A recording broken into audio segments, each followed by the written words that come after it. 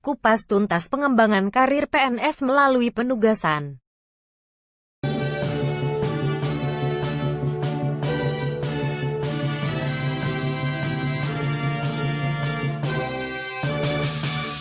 Penugasan PNS telah diatur dalam Peraturan Pemerintah Nomor 11 2017 tentang manajemen PNS yang kemudian diubah ke dalam PP Nomor 17 2020.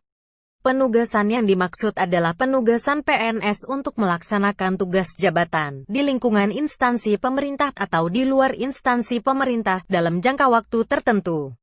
Hal ini juga diamanatkan dalam Peraturan Menteri Pendayagunaan Aparatur Negara dan Reformasi Birokrasi Nomor 35 2018 tentang penugasan PNS pada instansi pemerintah dan di luar instansi pemerintah. Asisten Deputi Manajemen Karir dan Talenta SDM Aparatur Kementerian Pan-RB, Aba Subagja menjelaskan bahwa regulasi ini sejatinya bertujuan untuk mendudukkan status ASN sebagai perekat NKRI sehingga pegawai diberi label penugasan atau menetap pada satu instansi. Sehingga tidak ada lagi ego sektoral. Artinya adalah setiap PNS harus siap ditugaskan di instansi mana saja, dan harus berkinerja dengan baik di instansi di mana dia ditempatkan, jelas Aba, Selasa, tanggal 14 Juli tahun 2020. Selain itu, Permen Pan-RB Nomor 35 2018 juga untuk memberikan kepastian bagi PNS yang ditugaskan di luar instansi induknya. Aba mengungkapkan, istilah status PNS yang dipekerjakan dan diperbantukan sudah tidak ada lagi. Hal ini berlaku sejak diterbitkannya PP Nomor 11 2017 tentang manajemen PNS yang mencabut PP Nomor 9 2003 tentang wewenang pengangkatan, pemindahan, dan pemberhentian PNS. Jika memang akan ditempatkan di instansi lain, maka akan dilakukan mekanisme mutasi atau diterbitkan keputusan penugasan terhadap PNS tersebut.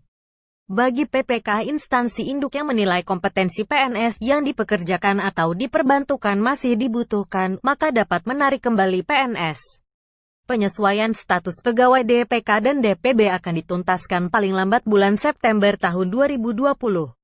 Kita sudah mendekati September tahun 2020, sehingga setiap instansi harus menentukan status pegawai DPK dan DPB, apakah akan beralih ke instansi di mana saat ini dia dipekerjakan atau diperbantukan, atau kembali ke instansi asalnya, ujarnya. Menurut Permen Pan-RB Nomor 35 Tahun 2018, penugasan PNS terdiri atas 3 jenis, yaitu penugasan pada instansi pemerintah, penugasan khusus di luar instansi pemerintah, dan penugasan pada perwakilan Republik Indonesia di luar negeri. Ketentuan lebih lanjut mengenai tata cara penetapan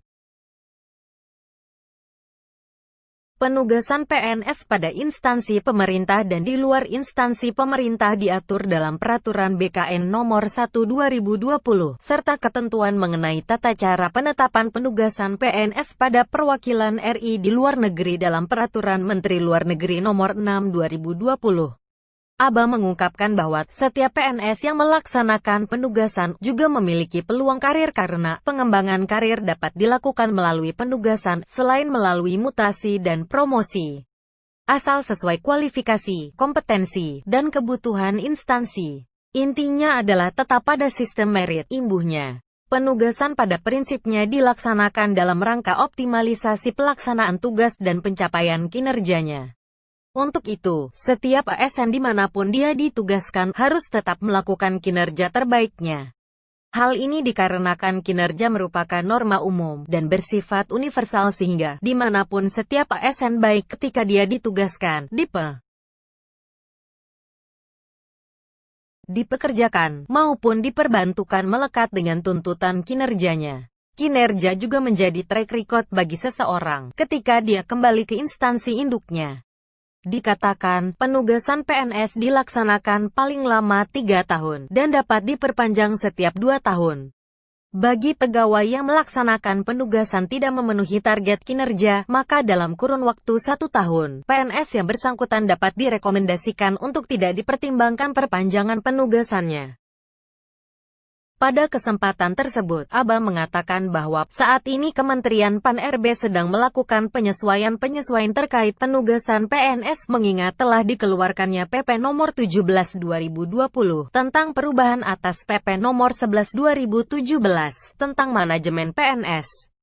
Dalam Permen Pan-RB yang baru tersebut, akan diatur kriteria-kriteria jabatan apa saja yang bisa menggunakan status dengan penugasan, serta akan diatur penyesuaian-penyesuaian lainnya. Namun sampai September tahun 2020 kita masih berpegang pada Permen Pan-RB Nomor 35/2018 kecuali nanti ada perubahan dalam PP Nomor 17/2020, tutupnya.